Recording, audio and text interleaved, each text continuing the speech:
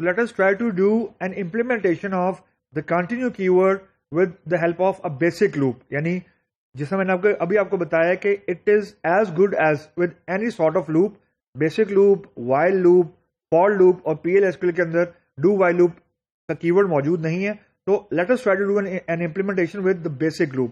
तो जो कोड आपको भी स्क्रीन के ऊपर अभी आपको नजर आ रहा है, इसके अंदर बेसिकली एक वेरिएबल डिक्लेयर हुआ है, नंबर उसका नाम है, और उसको मैंने जीरो से, यानी वेरिएबल एक्स है, उसको मैंने जीरो से इनिशियलाइज कर दिया. उसके बाद लूप का कीवर्ड, लूप स्टार्ट हुआ DBMS, उसके अंदर मैंने लिखा इनसाइड लूप एक्स की जो भी वैल्यू भी है, फॉर एग्जांपल जीरो है, जीरो डिस्प्ले हो जाएगी. एक्स को मैंने इंक्रीमेंट किया तो एक्स विल बिकम 1. अब if x is less than 3 then continue, यानी अब ये कंटिन्यू का कीवर्ड जो है it is within loop, यानी लूप और एंड लूप की बॉडी के अंदर है.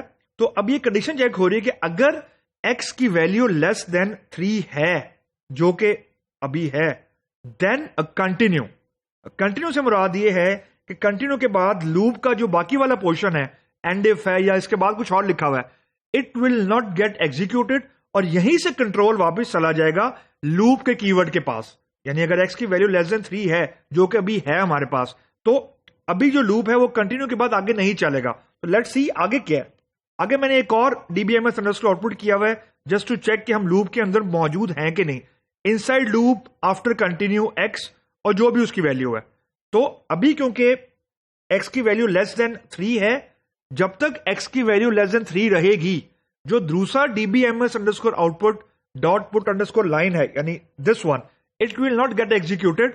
और जैसे ही x की वैल्यू ग्रेटर देन 3 हो जाएगी, तो फिर जो मेन लूप की टर्मिनेटिंग कंडीशन है, exit when x is equal to 5, it will be check कि जी के x इज इक्वल टू 5 है कि नहीं. तो वो हमारा भी मकसद नहीं है. उसके बाद एंड लूप है और एक और DBMS है. जो चीज आपको समझनी है वो ये समझनी है कि जिस वक्त तक x की वैल्यू 3 से लेस रहेगी, कंटिन्यू की वजह से दूसरा जो DBMS है वहां तक कंट्रोल पहुंच ही नहीं पाएगा, और कंटिन्यू से वापस लूप के कीवर्ड पे, यानी स्टार्ट ऑफ द लूप पे आ जाएगा. That is the way this code is going to get executed. So let us try to do an implementation in the editor. Let me bring back the code to the editor, and that's my editor. मैं वहाँ code का पहला portion लिखा, and then I try to bring back the second part of the code, and let's see that how it turn up. So let me do some formatting here ताकि clarity थोड़ी सी आ जाए. Okay, loop start हुआ, loop के अंदर मैंने उसको DBMS किया, उसके अंदर मैंने फिर इफ लिखा, और इफ के अंदर मैंने कंटिन्यू कर दिया. ओके, इफ के अंदर कंटिन्यू किया, और ये जो DBMS है ये लूप के अंदर है. तो उसके बाद एग्जिट ये मेन लूप का है, उसके बाद मैंने एंड लूप किया, और this is outside the loop. And let's see, let us try to run it. और ये एक्स को मैं नीचे ले जाता हूँ यहाँ पे ताकि, okay, so let me try to run it and let's see how it behave. So value नजर आ रही है 0 1 2.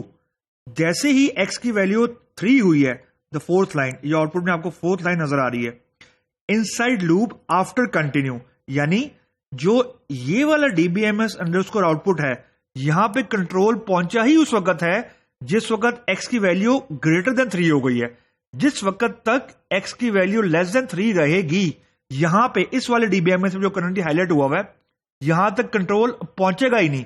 इस कंटिन्यू की कीवर्ड की वजह से यहीं से कंट्रोल वापस लूप के पास जा रहा है. और ये आपको यहां पे नजर भी आ रहा है कि जो शुरू में 3 आपको आउटपुट नजर आ रही हैं, inside loop x0, inside loop x is equal to 1, inside loop x is equal to 2 तक, यहां तक कोड एग्जीक्यूट हो रहा है. This is it. इस कंटिन्यू की वजह से जो बाकी पोर्शन है लूप का, वहां तक कंट्रोल पहुंच ही नहीं रहा, क्योंकि ये कंटिन्यू का काम ही यही है कि पार्शियल एग्जीक्यूशन करता है. और जैसे ही x की वैल्यू ग्रेटर देन 3 हुआ है, तो आप देखें इनसाइड द लूप वाली कंडीशन हमें आउटपुट में नजर आ रही है. और इनसाइड लूप ये वाली चीज है जो इफ के बाद है. तो inside loop after continue x की वैल्यू 3 4, और it will go on until x is equal to 5, क्योंकि जो लूप है उसकी terminating condition x is equal to 5 है. And then after loop x is equal to five, क्योंकि after loop में मैंने ये वाली कंडीशन लगाई हुई है। तो ये इसकी एग्जीक्यूशन है। And just let us try to pull this continue after end loop and let's see how the code behave. मैं इस कोड को कंटिन्यू मैंने एंड लूप के बाद लिख दिया and let us try to run. अब उसने एरर दे दी है कि जी encounter symbol and when hit with this. तो बेसिकली जो ये एरर है वो एरर ये है कि जो ये कंटिन्यू है it can not be outside the loop.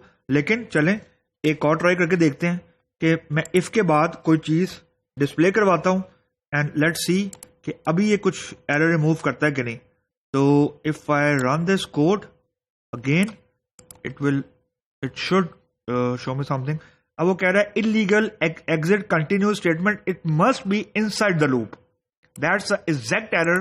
तो it must be inside the loop, तो ये लूप के बाद मैंने कंटिन्यू लिखा है तो it is throwing me an error. So loop should be with in loop and वहां पे जहां पे लूप होगा, जहां पे कंटिन्यू का कीवर्ड होगा वहां उस, और अगर वहां तक कंट्रोल पहुंच जाता है कंटिन्यू तक तो ये पार्शियल ये लूप है कंटिन्यू के बाद वाला जो भी कुछ मैंने स्टेटमेंट लिखी हुई है they will never get executed unless and until continue वाली स्टेटमेंट फॉल्स हो जाए। यानी जो कंटिन्यू के ऊपर वाला इफ वाली कंडीशन है, यानी ये वाली चीज, ये अगर ये फॉल्स हो रहा है उसके बाद ही ये वाली दूसरी dbms अंडरस्कोर आउटपुट रन होगा, अदरवाइज ये कंटिन्यू की वजह से ऊपर वापस लूप जाता रहेगा।